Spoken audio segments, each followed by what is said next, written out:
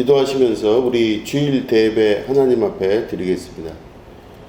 하나님 아버지 감사합니다. 주님의 날 우리가 함께 주님 앞에 나와 예배드리며 주님의 성호를 찬양합니다. 말씀이신 주님, 오늘도 우리와 함께 하여 주시고 거룩한 주님의 뜻과 주님의 마음을 알 수 있는 귀한 시간 되게 하시며 그 뜻을 분별함으로 지혜의 영이신 성령이 인도하시는, 또한 성령과 함께하는 귀한 삶이 시작될 수 있도록 오늘 이 순간을 축복하여 주시옵소서. 감사드리며 예수님의 이름으로 기도드립니다. 아멘. 하나님 말씀 함께 보시겠습니다. 창세기 5장 21절부터 24절에 있는 말씀입니다. 에녹은 65세에 무두셀라를 낳았고 무두셀라를 낳은 후 300년을 하나님과 동행하며 자녀들을 낳았으며 그는 365세를 살았더라. 에녹이 하나님과 동행하더니 하나님이 그를 데려가심으로 세상에 있지 아니하였더라. 아멘. 오늘 창세기 5장에 있는 말씀을 통해서 우리 또 이어지는 하나님께서 세상을 바라보는 관점과 우리에게 어떤 삶을 원하시는지에 대해서 말씀을 또한 또 나누도록 하도록 하겠습니다. 오늘 말씀 보면 에녹에 관한 이야기입니다. 아담과 하와 사이에서 셋이 태어나고 그 셋이 태어난 이후에 그 셋이 자기의 아들을 에노스를 낳게 되죠. 그 에노스를 낳은 이후에 그 계보가 쭉 이어지게 됩니다. 그러니까 아담의 계보는 결국엔 가인이 그 안에 들어가지 못하고 셋을 통하여서 에노스 이렇게 이어지면서 하나님의 역사, 하나님의 선택된 자들의 역사가 나타나게 됩니다. 지난주의 말씀을 우리가 기억해 보신다면 바로 그 하나님의 선택된 역사는 하나님의 형상을 닮은 자들에 의하여 이루어지게 되는 것입니다. 그 혈육에 의하여 되는 것이 아니요 하나님의 형상을 닮은 자들의 회복, 이것에 의하여 하나님의 구원 역사가 이루어지게 되고 또한 복의 역사가 이어지게 되는 것입니다. 결국엔 아담의 자손은 가인이 아닌 셋을 통하여 이루어지게 되는 것입니다. 셋이 에노스를 낳고 에노스가 게난을 낳고 게난이 마할랄레를 낳고 마할랄레 이후에 야렛을 낳게 되고 야렛 이후에 에녹을 낳게 됩니다. 에녹은 아담부터 시작하면은 7대 손이 됩니다. 7대 손 에녹. 그 에녹은 죽음을 겪지 아니하고 하나님께 올라간 최초의 사람이 됩니다. 죽음을 겪지 않았다는 그 뜻은 하나님께서 이 에녹을 통하여서 신앙에 그리고 하나님을 따라가며 하나님과 함께하며 절정의 상태에 어떤 모습이 나타나는가를 보여주는 아주 중요한 인물이라고 볼 수가 있습니다. 에녹은 365살을 살고 죽습니다. 여기서 365살은 바로 우리 현재의 연수로 보면 1년이죠. 365일인데 물론 그 당시에는 이 365라는 수가 어떤 의미를 가지는지를 몰랐을 수도 있습니다. 그러나 어쨌든 현대적으로 우리가 해석을 하자면 우리의 일생 전체를 살아가는 그 방법, 어떻게 우리의 1년, 일생, 오늘 하루를 살아갈 수 있을까 할 때 바로 에녹을 통하여서 하나님께서 원하시는 방식의 삶을 살 수 있다, 이렇게 볼 수 있는 것이죠. 에녹은 365살을 살면서 하나님과 함께 하다가 하나님께서 그를 데려가셨다, 이렇게 되어 있습니다. 그러니까 죽음을 겪지 않고 데려간 것이죠. 보면 오늘 우리가 읽은 말씀을 보니 창세기 5장 24절에 보면 그 에녹이 하나님과 동행하더니 하나님이 그를 데려가심으로 그가 세상에 있지 아니하였더라, 이렇게 되어 있습니다. 그런데 여기에 보면 에녹이라는 사람이 세상을 어떻게 살았나에 관해서 두 번에 걸쳐서 아주 정확하게 기술하는 그 단어가 있습니다. 22절에 보면 무두셀라를 낳은 후 300년을 하나님과 동행하며 이렇게 되어 있습니다. 마찬가지로 24절에도 보면 에녹이 하나님과 동행하더니 이렇게 되어 있습니다. 하나님과 동행하였다 이렇게 되어 있죠. 하나님과 동행한다는 사실은 아주 중요한 신앙의 기본을 말합니다. 또 방향을 말합니다. 우리가 살아가는 생활 가운데 하나님과 동행하는 삶을 살아야 됩니다. 이게 바로 오늘 말씀을 통해서 하나님께서 우리에게 말씀하시는, 강조하시는 그 부분입니다. 하나님과 동행하면서 산다는 것은 신앙의 최고 절정을 말하는 것입니다. 동행한다. 이게 바로 히브리어로서는 이제 걷다, 함께 걷다라고 하는 할라크라고 하는 단어를 사용합니다. 할라크, 걷다. 그런데 이 걸어가는 걸음이 혼자 걷는 것이 아니라 바로 누구누구와 함께 그 길을 따라서 걷는다라는 것으로 해석이 됩니다. 여러분, 만약에 우리가 어떤 길을 걸을 때 누구와 함께 길을 걷는다고 상상을 해보시기 바랍니다. 두 사람과 함께 길을 걸을 때는 상대방과 속도를 같이 맞추어서 걸어야 됩니다. 내 생각과 내 뜻대로 내 속도대로 걷는 것이 아닙니다. 상대방과 같이 길을 걸을 때는 그 사람 속도와 내 속도가 같아져야 됩니다. 그러기 위해서는 내 속도를 내가 줄일 줄도 알고 또 이 사람이 빠르게 걷는다면 내 속도를 빠르게 할 수도 있는 것입니다. 이럴 때 두 사람이 길을 걸을 때 함께 걷고 있다 이렇게 말할 수가 있는 것이죠. 다시 말해 어떤 사람과 내가 함께 길을 걷기 위해서는 나라고 하는 사람의 속도를 제어하고 다른 말로 하면 내 의지와 내 생각과 내 뜻을 조절할 줄 아는 사람이 되는 것입니다. 또 다른 말로 하면 내 뜻대로 걸어가지 않는다는 뜻도 포함되어 있는 것입니다. 그리고 같은 방향으로 걸어가야 됩니다. 이게 동행하는 것입니다. 같은 방향으로 걸어간다는 것은 나와 함께 걷는 이 사람이 오른쪽으로 가면 나도 오른쪽으로 같이 가는 것을 말하고 이 사람이 왼쪽으로 가면 왼쪽으로 같이 가는 것을 말합니다. 이게 동행입니다. 이 같이 걷는 사람이 오른쪽으로 갔는데 나는 내 뜻대로 가겠다고 왼쪽으로 가버리면 이건 동행이 아닙니다. 이별과 결별을 말하는 것이죠. 하나님과 동행한 에녹은 하나님의 뜻을 분별할 줄 알았던 사람입니다. 그렇기 때문에 하나님과 동행했다라고 성경은 기록하고 있는 것이죠.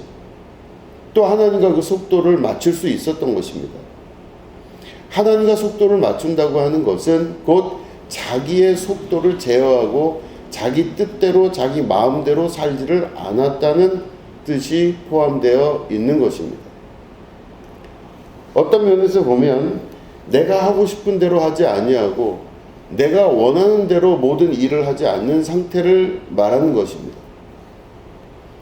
하나님 앞에 자기를 제어할 줄 아는 자, 동행하는 하나님과 함께하여 그 하나님의 의도와 뜻을 물어볼 줄 아는 사람, 그리고 그 뜻에 내가 순종하여 따라갈 줄 아는 자, 이게 바로 하나님과 동행하는 자의 삶이라고 볼 수 있는 것입니다. 원어에서는 이 할라크라고 하는 뜻의 또 다른 주석을 보면 따라 걷다라는 뜻도 포함되어 있습니다. 따라 걷는다는 것은 약간 거리 차이가 날 수 있을지언정 앞에 걸어가는 하나님과 그 하나님 뒤에서 하나님을 쫓아 따라가는 사람의 모양을 말하는 것입니다. 하나님을 따라 걷는 자, 이건 바로 하나님의 뜻을 인정하고 하나님의 걸어가시는 그 길에 따라 내가 걸어갔다 하는 뜻이 포함되어 있는 것입니다. 자기의 인생은 자기의 것이기 때문에 내 뜻대로, 내 방식대로, 내 경험대로 어떤 결정을 하는 것, 이것은 하나님과 동행하는 자의 삶이 아닙니다. 하나님과 동행하는 자는 하나님께서 먼저 그 길을 앞서 가신다는 걸 믿고 하나님께서 가신 그 길을 쫓아갈 줄 아는 자의 삶을 사는 것입니다. 이게 바로 하나님과 동행하는 자의 삶이죠. 그렇기 때문에 우리는 예수님이 가신 그 길을 쫓아갈 줄 아는 사람이 되는 것입니다. 구체적으로 신앙의 방향을 잡을 수가 없을 때 우리들은 다시 예수님을 생각합니다. 예수님이 가신 그 길대로 우리들은 쫓아갈 줄 알아야 됩니다. 그걸 따라갈 수 있어야 됩니다. 이게 바로 예수님과 동행하는 자의 삶입니다. 예수님이 스스로 말씀하시기를 나는 길이요 진리요 생명이다 말씀하셨습니다. 길이라 그러셨습니다.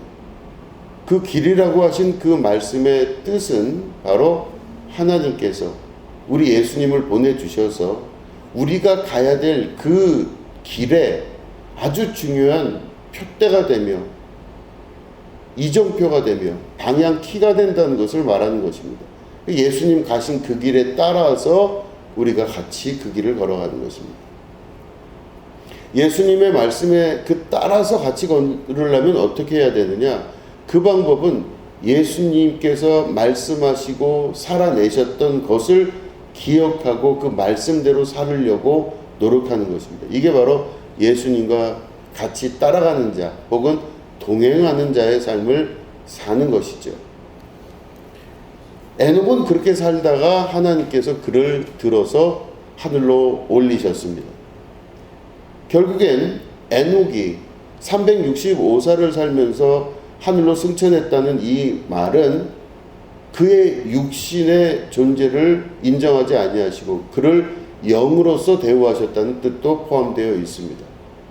완전한 영적 존재, 하나님의 온전한 영적 존재로서의 하나님의 형상을 닮은 자의 그 아들로서의 모습으로 에녹이 하늘로 승천하게 되는 것이죠.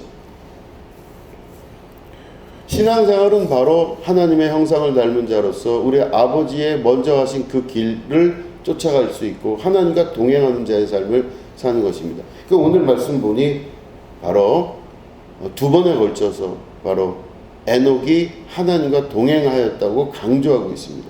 그가 하나님과 동행하면서 자녀들을 낳았다 이렇게 22절에는 기록하고 있죠. 자녀를 낳는 일인데 자녀를 낳았는데 하나님과 동행하며 낳았대요. 그 말은 무슨 뜻입니까? 하나님의 형상대로 만들어진 자신의 모습, 그 모습대로 살면서 하나님의 형상대로 살면서 자녀들을 낳은 것입니다. 그럼 당연히 그 자녀들은 하나님의 형상대로 산 아버지의 형상을 따라서 태어나게 되는 것입니다. 그렇기 때문에 동행하며 자녀들을 낳았다는 것은 그 후손들이 하나님의 형상대로 태어났다고 하는 뜻과 같은 뜻입니다. 그래서 그가 하나님과 그렇게 동행하더니 하나님이 그를 데려가심으로 세상에 있지 아니하였더라. 그러니까 그의 육신이 땅에 있지 아니하였다는 뜻이죠. 하늘로 승천하게 되는 것입니다. 하나님과 동행한다는 것은 우리 신앙생활에서 너무너무 중요한 일입니다. 매일매일 살아가는 동안 우리가 하나님과 함께 동행할 수 있어야 됩니다. 예수님과 동행할 수 있어야 됩니다. 동행하기 위해서는 말씀드린 대로 우리 하나님과 우리 예수님의 뜻을 잘 분별하여 그 뜻을 존중할 줄 알고 하나님과 스텝을 같이 맞춰갈 수 있는 믿음의 결단을 해야 되는 것입니다. 그리고 하나님과 같은 방향으로 그 형상을 닮은 자로서 살아가는 그 회복된 자로서 구원받은 자로서의 모습으로 하나님의 뜻과 같이 하여 연합하여 하나님과 함께 그 길을 걸어갈 줄 아는 사람이 되어야 된다는 것입니다. 시편에 보면 이런 말씀이 있습니다. 시편에 오늘 보시면 시편 73편에 있는 말씀을 제가 읽겠습니다. 시편 73편 22절 23절에는 이런 말씀이 있습니다. 내가 이같이 우매 무지함으로 주 앞에 짐승이오나 내가 항상 주와 함께하니 주께서 내 오른손을 붙드셨나이다. 아멘. 시편은 다윗이 지은 시편이 있고 또한 아삽이라고 하는 사람이 지은 시편도 있습니다. 시편에 여러 저자들이 나오는데 특별히 아삽이라고 하는 사람의 시편은 시편 50편과 또 73편부터 83편까지가 아삽이라고 하는 사람의 시편으로 기록되어져 있습니다. 아삽은 레위 지파입니다. 그리고 게르손 자손 헤만의 형제 베레아의 아들이라고 기록되어 있습니다. 다윗성에서 하나님께 찬양하는 소위 3대 장이 있습니다. 그 사람들은 바로 3대 악장이라고 부르는 소위 성가대의 지휘자, 전체 찬양단을 이끄는 대장이라고 볼 수 있는 것이죠. 그 3대 악장 중에 한 명이 바로 아삽입니다. 그 아삽이라고 하는 사람은 이 찬양을 준비하고 악장으로서 하나님을 찬양하는 일에 자기의 직업을 삼는 사람이었었는데 이 사람은 음악가로서 혹은 하나님을 찬양하는 신앙인으로서 자기 삶을 잘 기록하고 살았던 사람이로 볼 수 있습니다. 그런데 오늘 읽은 지금 이 시편 73편에 있는 말씀을 보면 자기 자신의 약함과 무지함이 짐승과 같다고 기록하고 있습니다. 그러니까 자기 자신에 대해서 너무 괴로웠던 거였었어요. 그러니까 아삽이 굉장히 예민하게 시편 73편은 자기에 대한 평가를 합니다. 자기가 너무너무 무지하고 우매함으로 말미암아 하나님 앞에 서봤더니 자기는 짐승과 같았더라 이렇게 기록하고 있습니다. 그러면서 자기 자신에 대한 너무나 괴로운 고통의 감정을 가진 상태에서 그 다음 절이 이어집니다. 그러나 내가 항상 주와 함께하니 주께서 내 오른손을 붙드셨나이다 이렇게 말하고 있습니다. 주님과 함께하니 항상 주님과 함께하니 그럽니다. 아삽은 하나님과 항상 함께하는 삶을 살았다고 자기가 기록하고 있습니다. 하나님과 항상 함께하니 그 결과가 어떻게 되냐? 바로 주께서 내 오른손을 붙잡았나이다. 그 당시에 오른손이라고 하는 것은 주권자 혹은 생명 이런 것들이 바로 오른손에 포함되어 있습니다. 그럼 다시 말해 하나님께서 아삽과 함께함으로 혹은 아삽이 하나님과 동행함으로 그 결과는 하나님이 아삽의 생명과 살아가는 모든 것들에 함께 붙드시는 역사가 나타났었다라는 것을 말하고 있는 것입니다. 지금으로부터 3000년이 훨씬 전에 있었던 그때 당시에 아삽이라고 하는 사람은 바로 하나님과 함께 동행하는 자의 삶을 살았으며 그 아삽이라고 하는 사람은 바로 하나님께서 그 하나님과 동행하는 자의 삶의 열매로서 그 오른손을 붙잡아 주시고 그 생명과 역사를 일으키시고 이끌어 가셨던 삶을 살게 되었다고 고백하고 있습니다. 하나님과 동행하는 자의 삶은 그래서 너무너무 중요하고 위대한 일입니다. 여러분 하나님과 동행하시게 되기를 축원합니다. 하나님과 동행하며 하나님의 뜻에 따라 살 줄 아는 믿음의 백성이 될 때 우리 안에 하나님의 역사가 또한 붙드심의 역사와 또한 동행함으로 내가 살아가는 동안 하나님의 형상을 닮은 자들이 나로부터 태어나며 내 주변에 있는 사람들이 하나님과 내가 동행함으로 하나님의 형상을 닮은 자들로 변화되어 나가는 축복의 자녀들이 되는 것. 이게 바로 신앙생활의 큰 기쁨이 되지 않겠습니까? 하나님과 동행하는 삶을 사시게 되기를 축원합니다. 설교 서두에 말씀드린 것처럼 하나님과 동행하기 위해서는 우리는 어떤 삶을 살아야 되느냐? 하나님과 같이 걸을 때 하나님의 의견을 들을 줄 알아야 됩니다. 하나님의 뜻을 물을 줄 알고 하나님이 왼쪽으로 가시는지 오른쪽으로 가시는지를 따라갈 줄 아는 사람이 돼야 됩니다. 우리 예수님께서 동행하실 때 우리 예수님께 항상 물어봐야 됩니다. 물론 지금은 예수님께서 승천하신 이후에 성령을 우리에게 보내주셔서 우리는 성령님께 묻고 성령님께 의견을 제시할 수가 있습니다. 그래서 성령과 동행하는 삶을 살아야 되는 것이죠. 삼위일체 중에 하나이신 성령께서 오늘 우리들과 함께 하신다고 말씀하십니다. 성령과 동행하기 위해서는 성령의 뜻을 분별하여 성령의 뜻을 알아야 되고 성령께서 하시는 말씀을 들을 수 있는 영적인 상태가 되어야 됩니다. 귀를 막고 눈을 가려서 성령의 음성을 듣지 못하게 하고 성령이 길을 제시하는 것을 모르고 내 뜻대로 살지 않도록 자기 자신을 성령께 의탁하여 성령의 그 길로 쫓아갈 줄 아는 사람이 될 때 바로 하나님과 동행하는 귀한 축복의 삶을 살게 되는 것입니다. 그렇게 된다면 나머지는 하나님의 몫입니다.